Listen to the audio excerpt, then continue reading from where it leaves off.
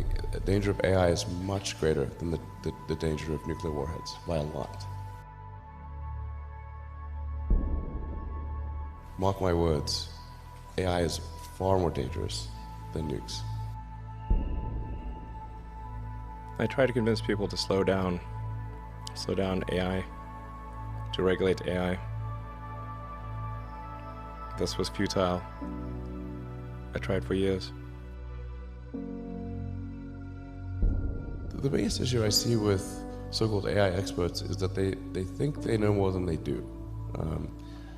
And they think they're smarter than they actually are.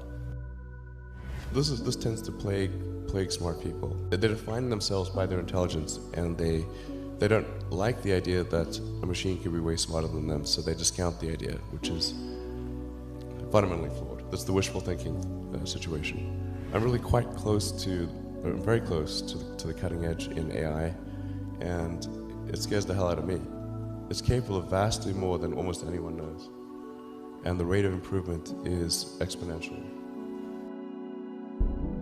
It feels like we are the biological bootloader for AI, effectively. We are building it. And then we're building progressively greater intelligence.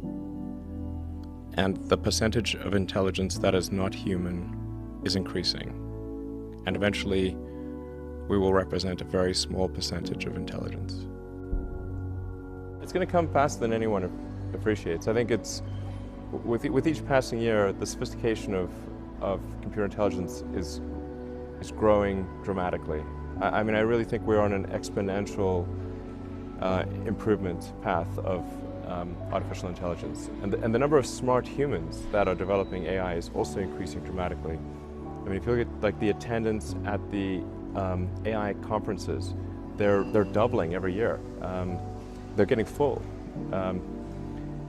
I have a sort of a young cousin of mine who's graduating from Berkeley in computer science and physics, and I asked him, like, well, how many of the smart students are studying AI and computer science? And the answer is all of them. With a better approach or better outcome is that we achieve democratization of AI technology, meaning that no one company or a small set of individuals has control over advanced AI technology. I think that's very dangerous. It could also get stolen by somebody bad, you know, like some evil dictator of a country could send their intelligence agency to go steal it and gain control. It just becomes a very unstable situation, I think, if you've got any incredibly powerful AI. You just don't know who's going to control that. So it's not as though I think that the risk is that the AI would develop a will of its own right off the bat. I think it's more, that's the concern is that someone may use it in a way that is bad. And even if they weren't going to use it in a way that's bad, that somebody could take it from them and use it in a way that's bad. That I think is quite a big danger. All of us already are cyborgs.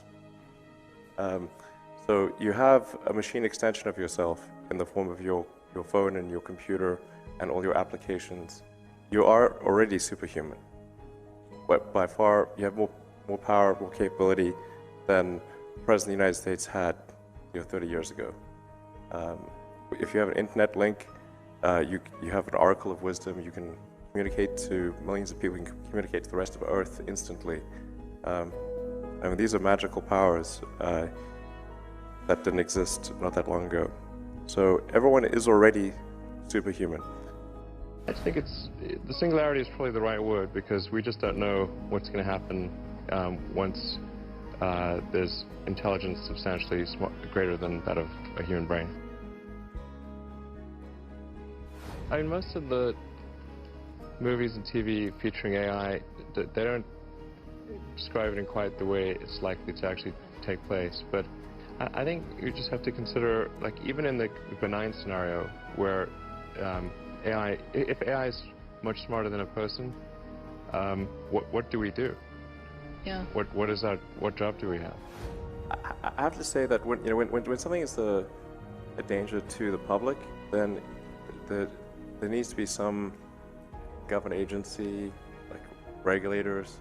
The fact is, like, we've got regulators in, the aircraft industry, car industry, with drugs, food, and anything that's sort of a public risk. I think this has to fall into the category of a public risk. Usually there'll be some new technology. It will cause damage or death. There will be an outcry. There will be an investigation. Years will pass. There will be some sort of insight committee. There will be rulemaking. Then there will be oversight, eventually regulations. This all takes many years. This is the normal course of things. If you look at, say, automotive regulations, how long did it take for seatbelts to be implemented, to be required? The auto industry fought seatbelts, I think, for more than a decade. Successfully fought any regulations on seatbelts, even though the numbers were extremely obvious. If you had a seatbelt on, you would be far less likely to die or be seriously injured. It was unequivocal. And the industry fought this for years, successfully. Eventually, after many, many people died, regulators insisted on seatbelts. This time frame is not relevant to AI. You can't take 10 years from the point at which it's dangerous. It's too late.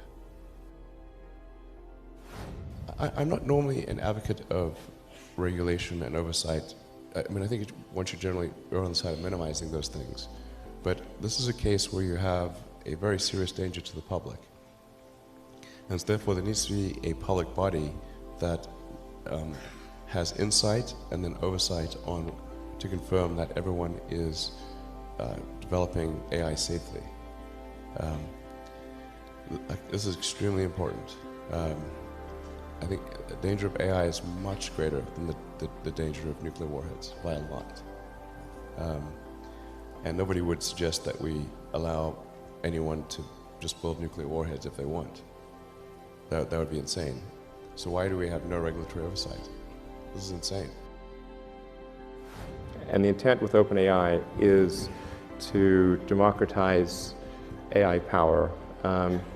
There's a quote that I love from Lord Acton. He was the guy that came up with power corrupts and absolute power corrupts absolutely, which is that freedom consists of the distribution of power and despotism in its concentration.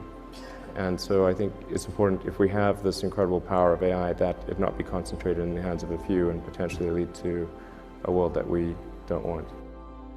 I'm not really all that worried about the short-term stuff, the things that are, like narrow AI is not a species-level risk.